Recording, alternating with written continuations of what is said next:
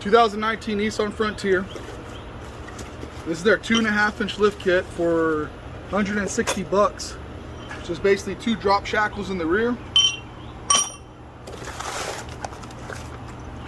2 spacers in the front. So the front differential has 8.5 inches of ground clearance in the front with 30.5-inch tires. We're going to go up to 33s with this 2.5-inch spacer kit. So what's that going to be? 3.5 inches of lift. So we should end up being right at what, 11.5 inches of ground clearance? No. Yeah, 11.5 inches, right? 8.5, 9. 11.5. 11.5. Okay. So in the wheel well, we have 4 3/4. Right under 5 is what we have. And then on the pinch weld,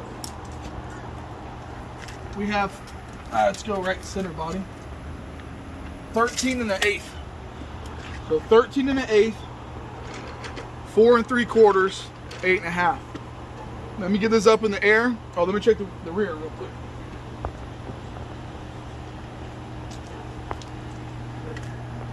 Back we're at 6 inches. And 14.5. So we have 1.5 inches more height on the pinch weld from the front to rear, and then from the front I said it was what, it was 4 3/4. This is 6, so about it, what, 1.25 inches more on the wheel well, 1.5 inches on the bottom, 1.25 inches on the wheel wells. So see what we get whenever we're done with this. Okay. Got the strut out. So let me show you how y'all do this. What you're going to want to do is, this is your upper control arm right here. This is the spindle. Upper control arm, spindle. Undo this bolt, beat the shit out of this, it'll pop off, take the nut off the rest of the way. We'll drop this down. 3 bolts up here on your coil bucket. This is your coil bucket. Take the 3 bolts out of here, which is the top of your strut, which is these 3 bolts right here. Undo those. Undo the sway bar. There's 2 links in the sway bar. There's 2 bolts. This is the sway bar. It's disconnected. And then there's a bolt that goes in this way, and then there's 2 bolts right here. You undo those 2 bolts, you undo this bolt. Don't take those out, loosen them up on both sides. So it's 4 bolts total. These 2, those 2. Take this one off, take that one off. Sway bar rolls out the way, because here's the thing. Your strut bolt goes in this way, so you can't get it out because the sway bar's in the way. When you put it back in, put it in the other way. That way you don't have to remove your sway bar to take it back out if you need to change your struts later. It makes it a lot easier and saves time. That's if you're running your sway bar. Take your sway bar off altogether with upgraded shocks. You don't even need this. You don't even need the sway bar. So now this goes on here like this. And it should be directional. See, it doesn't line up. So there's only one actual way. Does it line up? Winner, winner, chicken dinner. There's only one actual way it goes on, so you can't mess that up.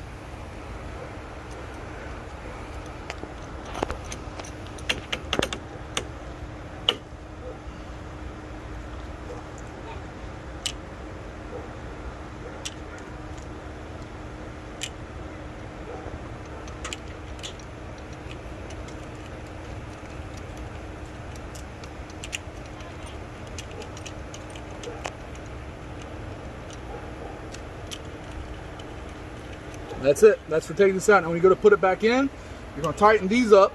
Now these are your new strut bolts. Remember, it can only go in one way. And this is going to tell you which way it goes.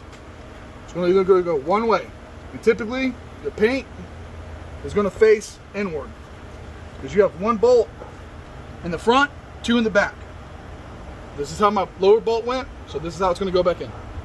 Remember, it's directional. It can only go in one way. And this tells you you have 2 chances. You have 50-50 shot. It's going to be this way, or it's going to be this way. And these 2 bolts don't go in the front. It's that simple. All right, I'll get it back together, and then I'm going to get on the front. Okay, I'm going to show you all a trick with the leaf springs. When you're doing drop shackles, when you have to put a drop shackle on here, the trick to do is take a 2x4 or something you can fit in between here.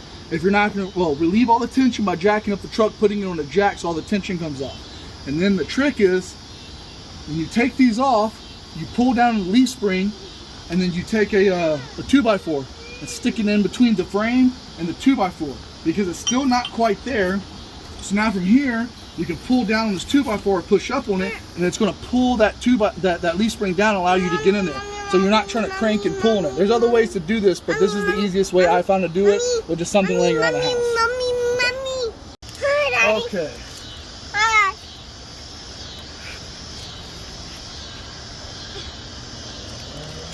Okay, we are at 11 7/8.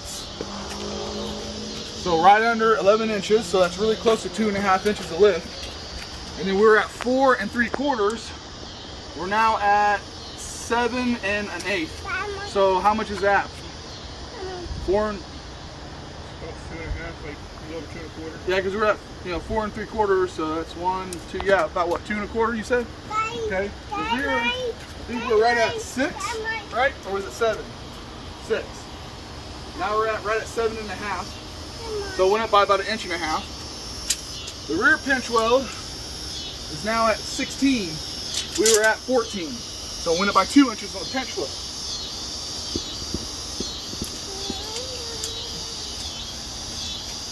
And now we're at 15 1/4. We were at 13. So it went up by 2 1/4. So it pretty much went up by 2 1/4 instead of going up by 2 1/2. It went up by 2 1/4 across the whole board. The rear, the front, the differential, the pinch weld. So the fender wells. Okay. So the differential, the fender wells, and the pinch weld. He wants you to measure him. Oh, okay. Want me to measure you? Let me see. Okay, you are 35 inches tall, buddy. You got a lot of clearance. Okay, so 2 1/4 all the way around with a stock 30 1/2 inch tires. So let's put the 33s on here and then remeasure. Front differential after tires, 12 inches. So we went from 8 1/2 inches to 12 inches on the front differential.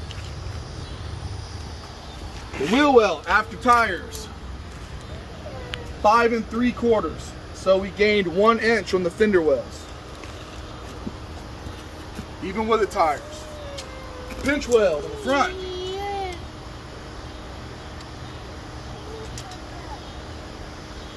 16 1/2 from 13 1/2. So we went up 3 1/2 inches. We're at 13, now we're at 16 1/2. So we went up 3 1/2 inches. The rear, 17 1/2. I think we're at 14 or 14 1/2. I don't remember. 14, 15, 16, 17 1/2. Yeah, I think we're at 14, so that's 3 1/2 inches to 17 1/2. Rear, 6 inches on the rear.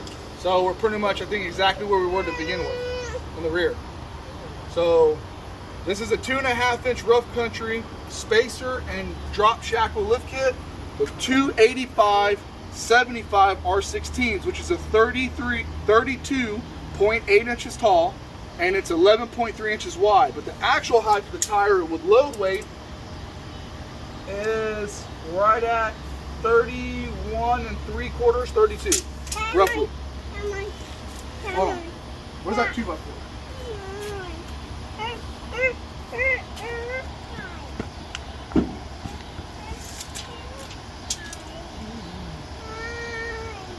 $32 exactly. Actual tire height with load and air pressure. Here you go.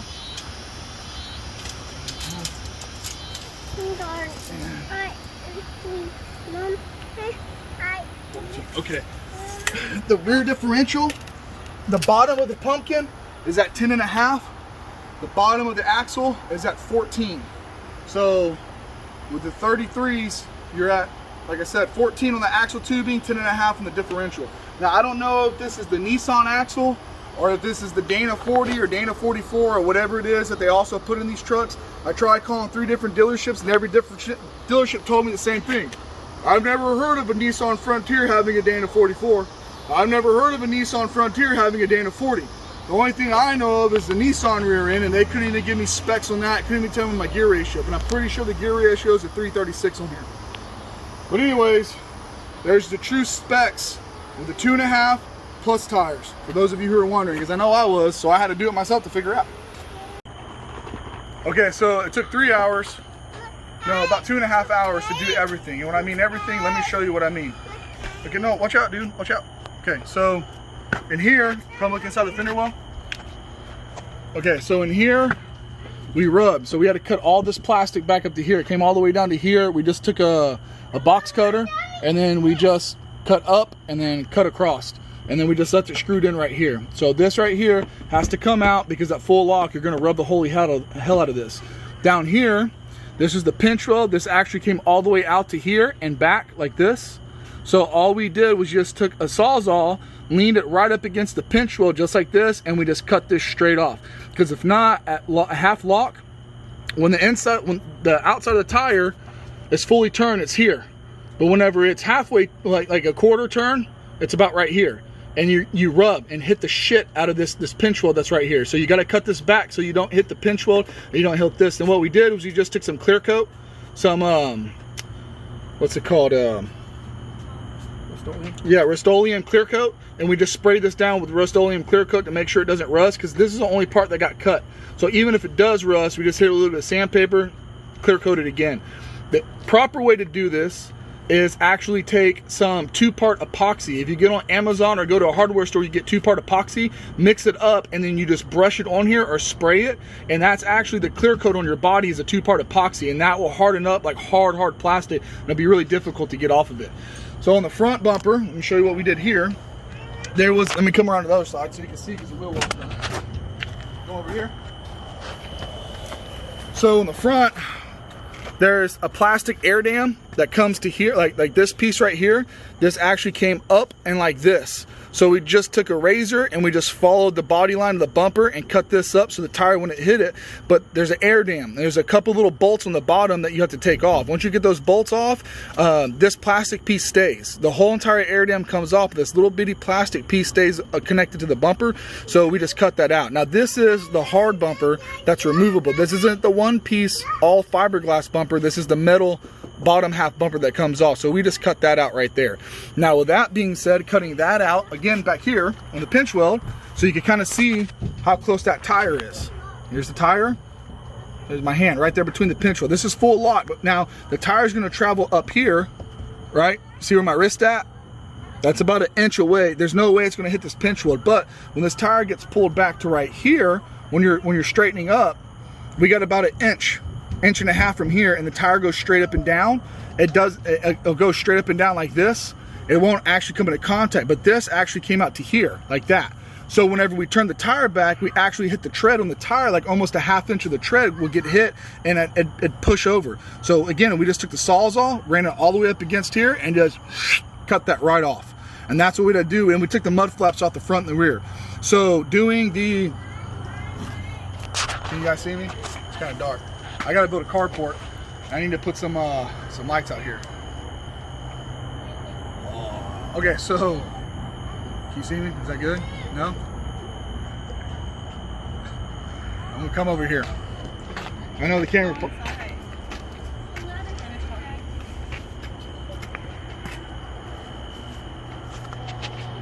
You see me now?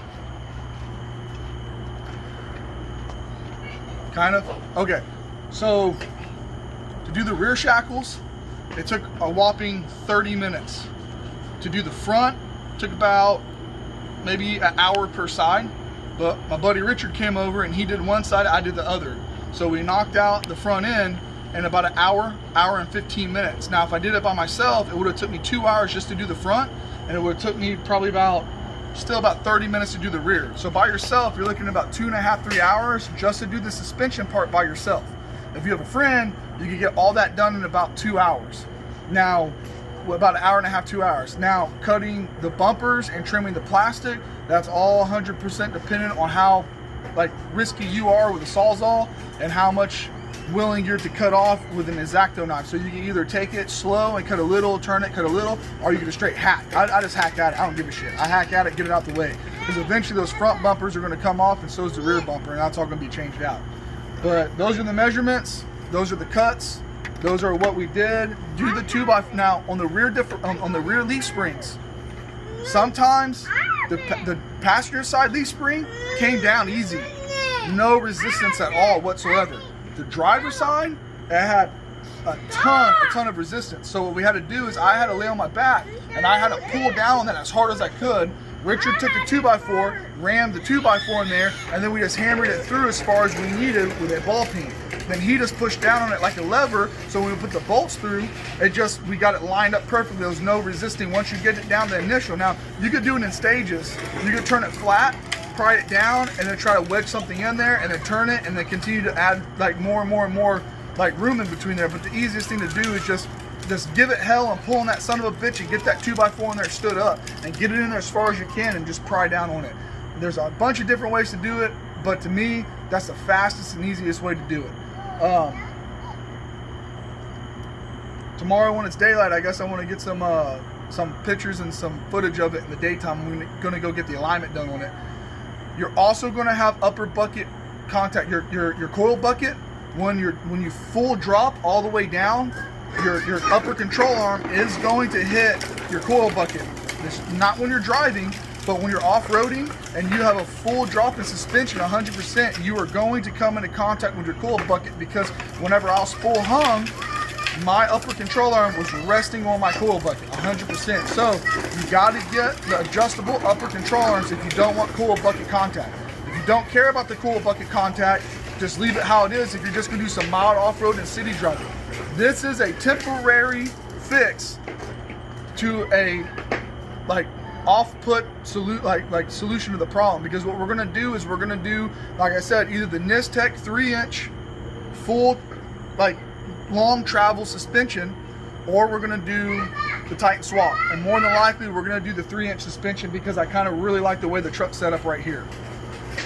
But again, to be honest, with these tires, to be truthful, I think the Titan swap would be more ideal, because I think once I flex that front end or that rear end, that front tire is going to jam up in that fender well and it's going to rub everything it can. Same thing for this rear. So doing the Titan swap, I think, would probably actually be the more realistic solution, because doing the 3-inch lift, they say you go up a legitimate 3 inches. We went up 2 1/4. So we'll get 3/4 of an inch of clearance, and honestly, if we go off-roading and we rub, I'm just not convinced that 3/4 of an inch is going to be the solution to the problem for rubbing. So it might actually be the Titan swap. All right, well, that's it for tonight. Let me get this uploaded. Y'all can watch it around like 1 o'clock when it uploads.